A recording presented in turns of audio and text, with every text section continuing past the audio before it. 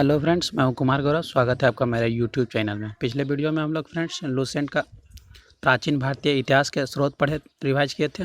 आज हम लोग फ्रेंड्स लुसेंट का प्रागैतिहासिक काल रिवाइज करेंगे। तो चलिए फ्रेंड्स इसका एक एक पॉइंट रिवाइज करते हैं। इसका पहला पॉइंट है, जिस काल में मनुष्य ने घटनाओं का कोई लिखित विवरण उद्धृत नहीं किया उसे प्रागैतिहासिक काल कहते हैं। प्रागैतिहासिक काल किसे कहते हैं? जिसका कोई लिखित विवरण उपलब्ध नहीं हो।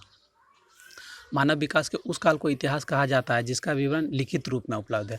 अगर हमारे पास लिखित रूप में किसी का विवरण उपलब्ध है तो उस काल को क्या बोलेंगे? इतिहास बोलेंगे। आगे है अधैतिहासिक काल। अधैतिहासिक काल किसको बोलते हैं? उस काल को ऐतिहासिक काल कहते हैं जिस काल में लेखन कला के प्रचलन के बाद उपलब्ध लेख पढ़े नहीं जा सके। मतलब उस समय लेखन कला तो था, लेकिन उस समय का जो लेख था, अभिलेख था, उसको पढ़ा नहीं जा सका। उसको क्या बोलेंगे? अधैतिहासिक काल। अब देखते हैं बॉक्स में दिया हुआ है कुछ संस्कृति दिया हुआ है और वहाँ का बर्तन दिया हुआ है। तो इसमें पहला है मालवा। वहाँ का बर्तन था काला तथा लाल। क्या था? काला तथा लाल। उसके बाद है बुर्जहोम।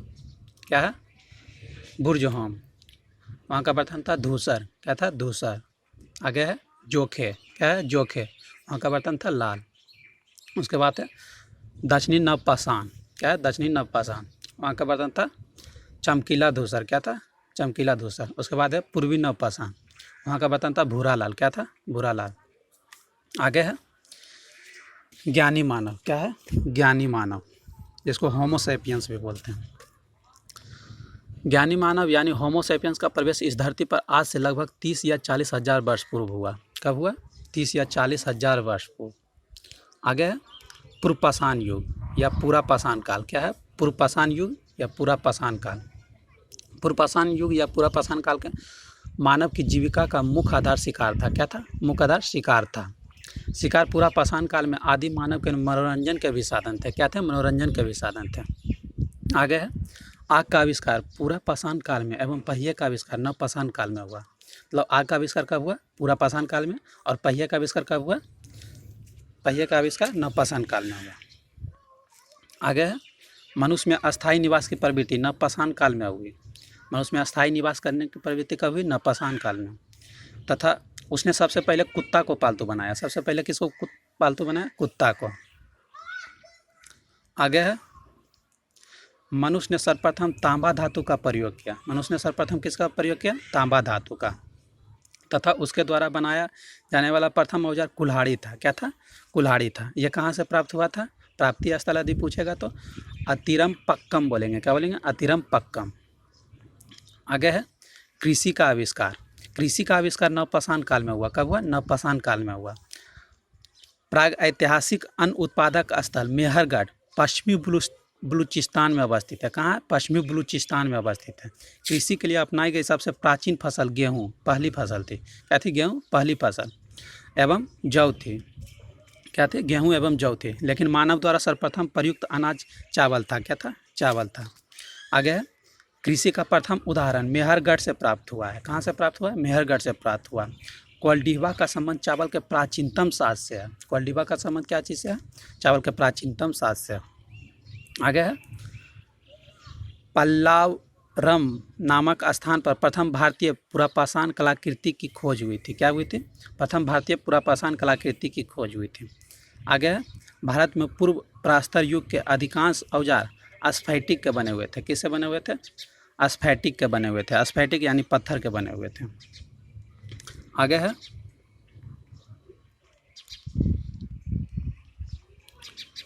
Robert Bruce Foote. क्या है? रॉबर्ट ब्रूसफुट पहले व्यक्ति थे जिन्होंने 1863 ईस्वी में भारत में पुरापाषाण कालीन औजारों की खोज की थी। इन्होंने क्या किए थे? पुरापाषाण कालीन औजारों की खोज की थी। कब? 1863 में। आगे है भारत का सबसे प्राचीन नगर मोहनजोदड़ो था। क्या था? मोहनजोदड़ो था। सिंधी भाषा में जिसका अर्थ है मृतकों का टीला। क्या है? सिंधी भाषा में इसका अर्थ मृतकों का टीला। आगे है असम का श्वेतभ्रू गिवन भारत में पाया जाने वाला एकमात्र मानवाब कपी है। क्या है? मानवाब कपी है। आगे है इनाम गांव तम्रपाषाण युग की एक बड़ी बस्ती थी। इनाम गांव क्या थी?